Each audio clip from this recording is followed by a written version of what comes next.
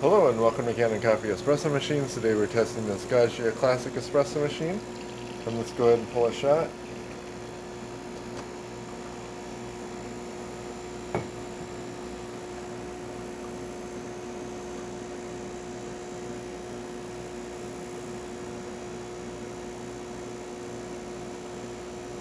See, there's a little bit of a drip from the wand there. It stopped. We'll see if it continues once we turn the steam on.